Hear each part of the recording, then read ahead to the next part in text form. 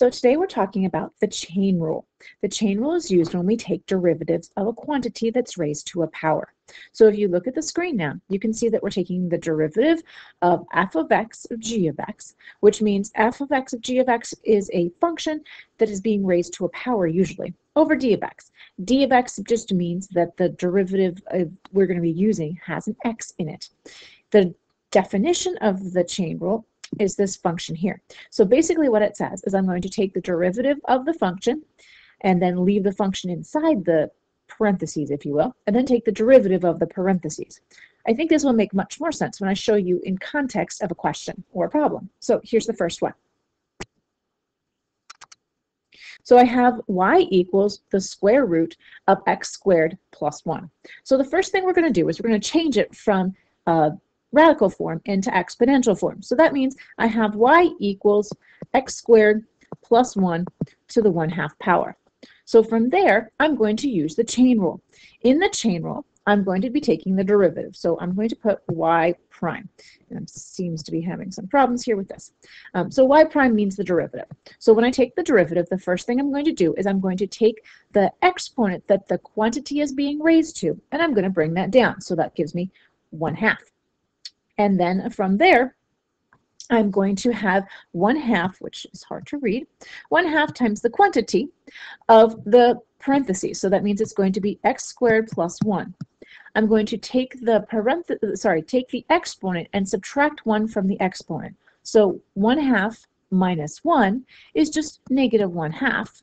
So just like a normal derivative where we subtract 1 from the exponent. From there, the extra little piece that we have to take into account is the fact that I have inside my parenthesis, I have something that's raised to a power. So I'm going to take the derivative of the parentheses. So the derivative of the parentheses is 2x. So I have this 1/2 times x squared plus 1 to the negative 1/2 times 2x. So that the 1/2 times the 2x can be multiplied, and I get x times x squared plus 1. And that's still raised to the negative 1/2 power. So if I were to rewrite that, I would have x over the square root of x squared plus 1. But we know we can't leave that like that. We have to simplify that. So I would rationalize. So when I rationalize, I'm going to multiply the top and the bottom by the square root of x squared plus 1. And so I would end up with x times the square root of x squared plus 1. All over x squared plus 1. And that would be the derivative of the function that they give us. So again, to review, for chain rule, what you're going to do is you're going to take the exponent that's up here. I'm going to bring that down into the front. That becomes the coefficient. I rewrite the function. I subtract 1 from the exponent, and then I take the derivative of the parentheses. So let's try another one. So here I have f of x equals the quantity of x to the 5th minus 4x plus 8, all raised to the 7th power. So in order to take the derivative, I'm going to bring the exponent down. I rewrite the exponent, or I rewrite the function, but then I subtract 1 from the exponent. So 7 minus 1 is 6. And then I take the derivative of the parentheses. When I take the derivative of the parentheses, I would have 5x to the 4th minus 4. Now, sometimes you're going to see these all multiplied out. Since this 5x to the 4th minus 4 is not raised to a power, generally speaking, what we do is we multiply the 7 that's in front of the parenthesis and multiply that times the parenthesis in the back because it's not raised to a power. If it had been raised to a power, then I wouldn't be able to do anything. So since I can multiply, I'm going to get 35x to the 4th minus 28. And that is all being multiplied by x to the 5th minus 4x plus 8. And that's all raised to the 6th power. So that would be our answer. That would be our derivative to that function. Let's do another one. I have 1 over the quantity of 4x squared plus 6x minus 3 that's raised to the 3rd power. So the first thing I'm going to do is I'm going to rewrite this. Since it's in the denominator, I can bring it up to the numerator, and I can make it a negative exponent. So this is the same thing as saying 4x squared plus 6x minus 3, all raised to the negative 3rd power. So then when I go to take the derivative, y prime, I would bring down my exponent. I rewrite the parenthesis. I subtract 1 from the exponent, and then I take the derivative of the parenthesis. When I take the derivative of the parenthesis, I would get 8x plus 6. Again, since I have this -3 and I'm going to be multiplying that by all of these terms here, I can multiply the -3 times the quantity that's in the back there because that is not raised to a power. So I would have -24x minus 18, and that's being multiplied by 4x squared plus 6x minus 3, all raised to the -4th.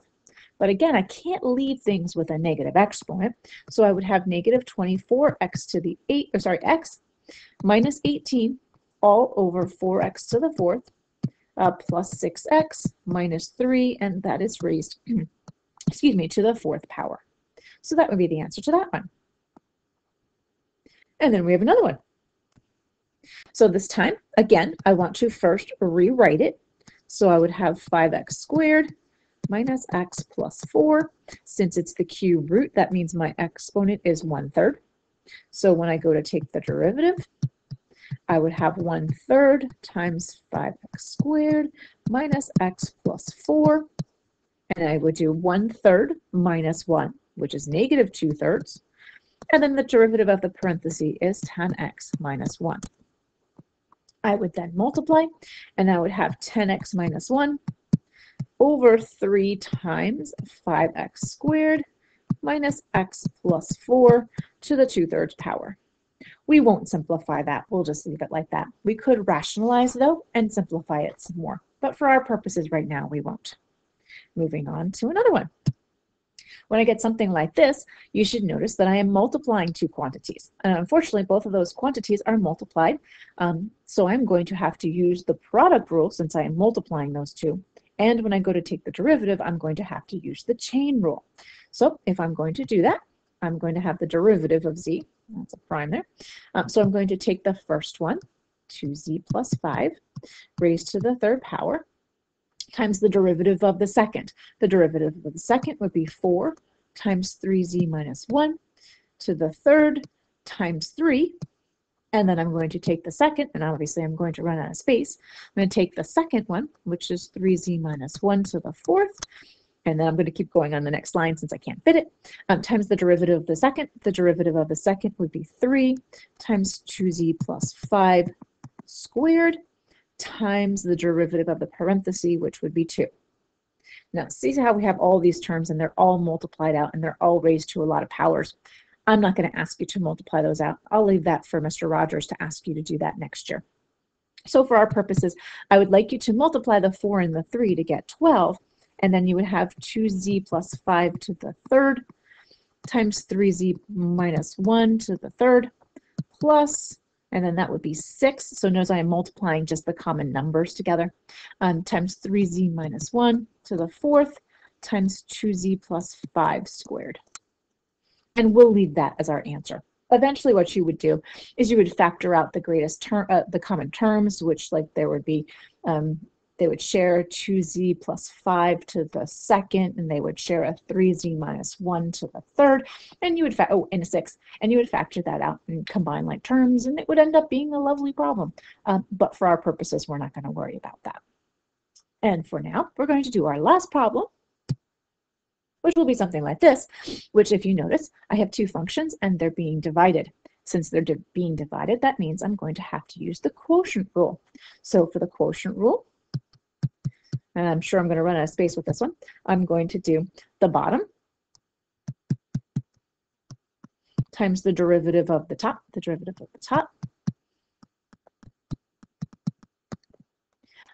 minus the top times the derivative of the bottom.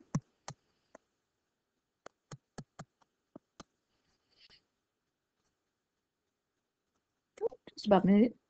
All over the bottom squared. And since it's to the 4th, if I square it, I'm going to multiply by 2. So that would give me to the 8th power. And again, I'm not going to ask you to multiply all this out. I'll leave that to do for next year. So you're going to end up with just multiplying it, the common terms together. So there aren't really any common terms in the first part. So you could just leave it well, actually in any order you like, but I would end up with that and 2x plus 3 to the 4th. Here I can multiply the 4 and the 2, so that would give me 8. And then x to the 4th minus 3x squared plus 1 times 2x plus x plus 3 to the 3rd all over 2x plus 8, or 2x plus 3 to the 8th. So for our purposes, that's the way we're going to leave it. We're not going to worry about simplifying it any more than that. I hope you've enjoyed this sort of brief introduction to the chain rule. Make sure you go onto the Google form and answer a couple questions, and we'll do some more of these in class tomorrow. Have a lovely night. I'll see you then. Bye.